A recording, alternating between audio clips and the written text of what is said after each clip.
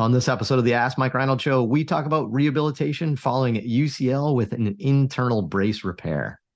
The Ask Mike Reinold Show. Helping people feel better, move better, and perform better.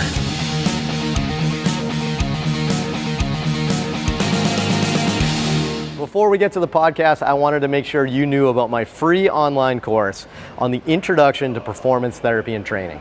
If you want to learn how to get started optimizing and enhancing performance, this is the course for you.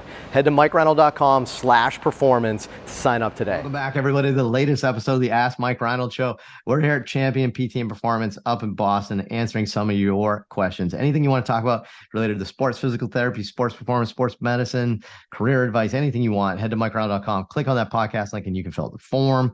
Let's see. Today, I'm joined by Lenny Macrina, Dan Pope, Dave Tilley, Jonah Monlock, a smaller crew here as we're filming this one here. But Len, who do we have for questions? Dang, I said that. Who do we have for students? We have some lovely questions and some students to ask them. We have, I think asking the question today will be Kaylee Kobach from St. Francis University. We have Mackenzie Chavez from the University of Central Florida. We have Tara Punksavath from Kansas.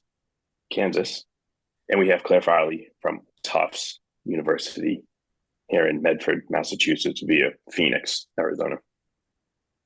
All right. What do we got? Kaylee?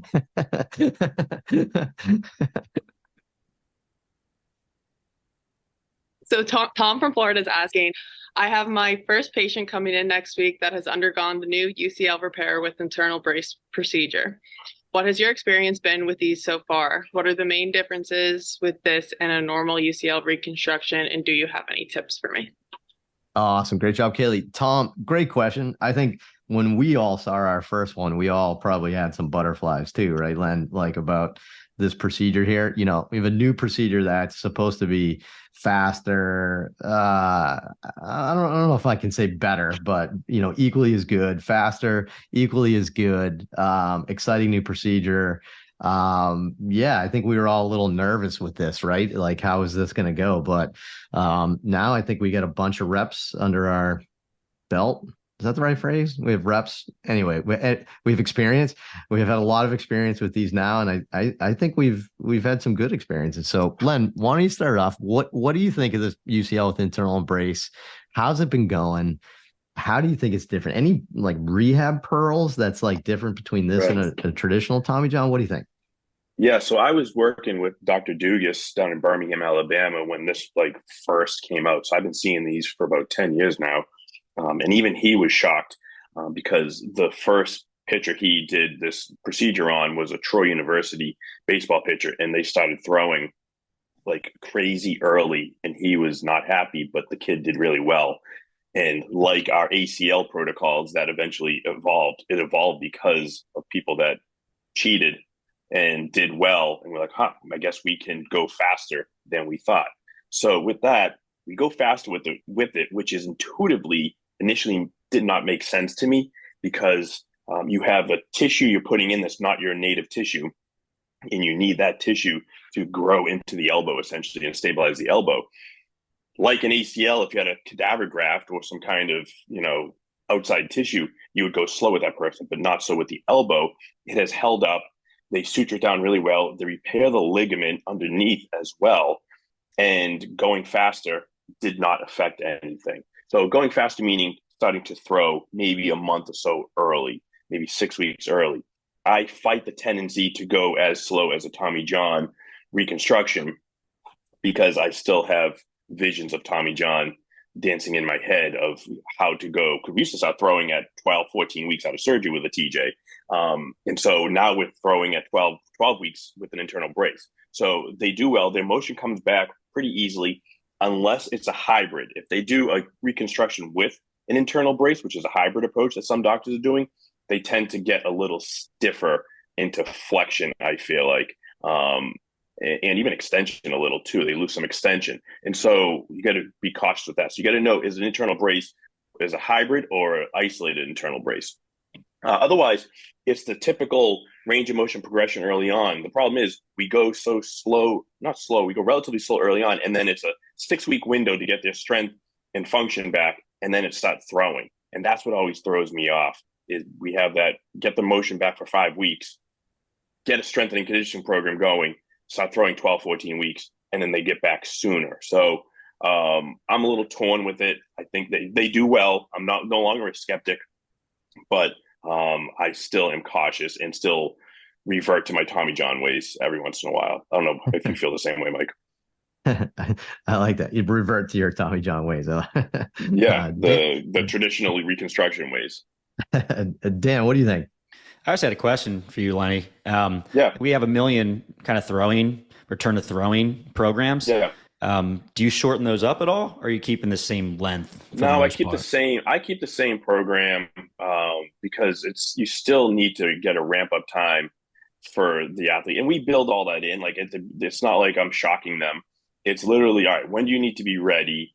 How much time do we have? When do we know we can at the earliest start to throw? And then I'm educating from the beginning that we're going to need 8 to 12 weeks for long toss, and then another couple months easily for pens. But we're starting to throw at 12-ish weeks, depending on if their motion is good, their elbow is quiet, we get clearance from the doctor, their strength numbers are good, meaning we're testing their cuff, which I usually don't start testing that until maybe 8 to 10 weeks with a UCL at the earliest. So I feel like we kind of rush things a little, and I'm curious how this plays out because we don't have long-term data on how well they do. We rushed our ACLs, and then the next thing you know, we're pulling back and going back to traditional numbers of not starting to run until 4 or 5 months out of surgery and waiting 9 months for function. So I'm curious if this takes a similar approach once we start seeing the re-tears coming through and they're happening at 4 or 5 years out of surgery instead of 8, 9 years out of surgery with a UCL or something like that. I don't know. But I mean, they seem to do well. It's a solid procedure, and kids, it's a procedure done for somebody who has a distal or proximal tear.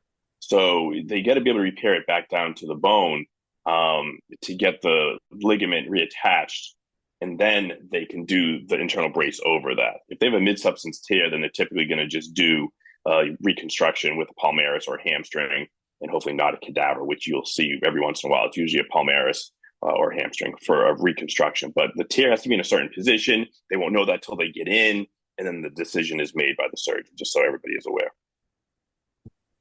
Dan, I would say my traditional return to throw with a Tommy John full reconstruction, it's close to 7 months. I'm not against going a couple months faster with these internal braces, but oftentimes we don't.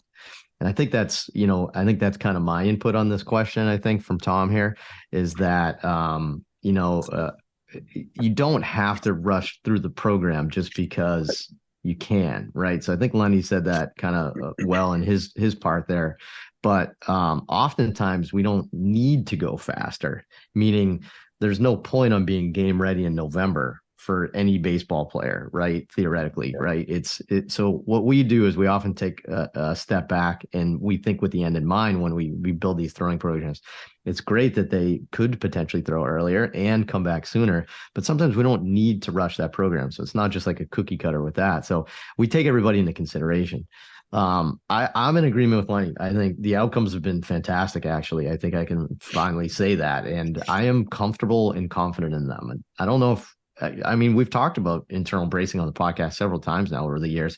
I don't know if we've ever said that, right? So, it's the end of 2023, almost 2024 right now. And I think we're confident in it. Like we have success. We have success with people for years. We have success in the big leagues. We have success in kids.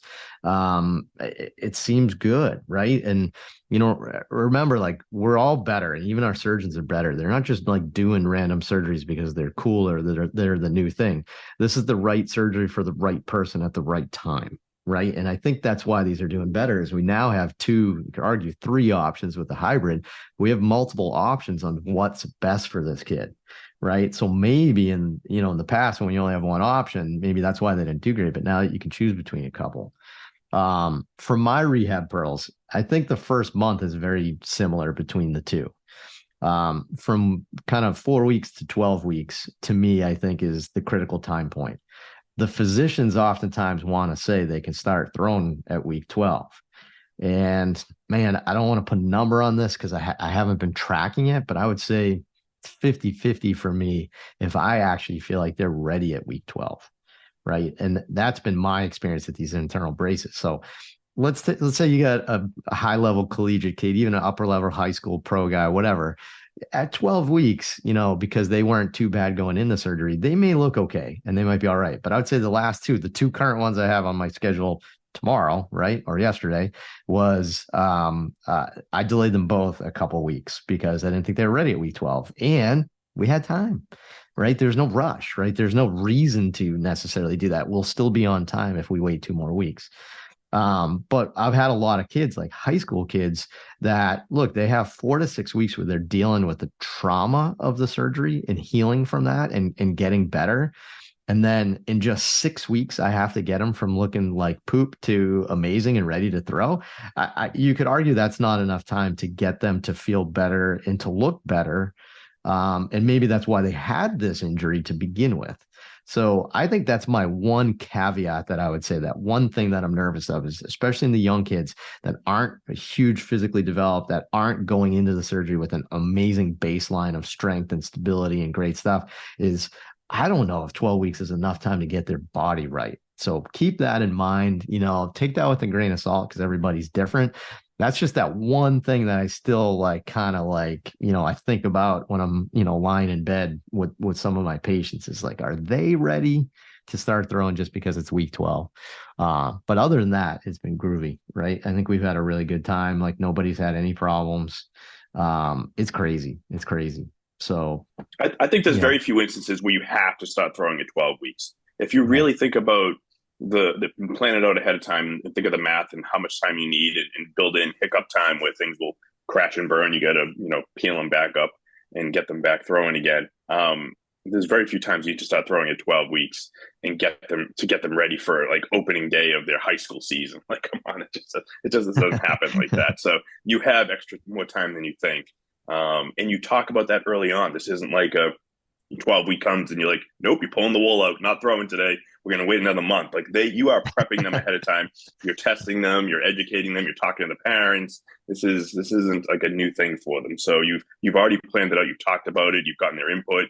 You felt them out and got a sense of how they feel about getting back at a certain time. And so it always works out in the end. You just need to talk it through with them. Communication is the key.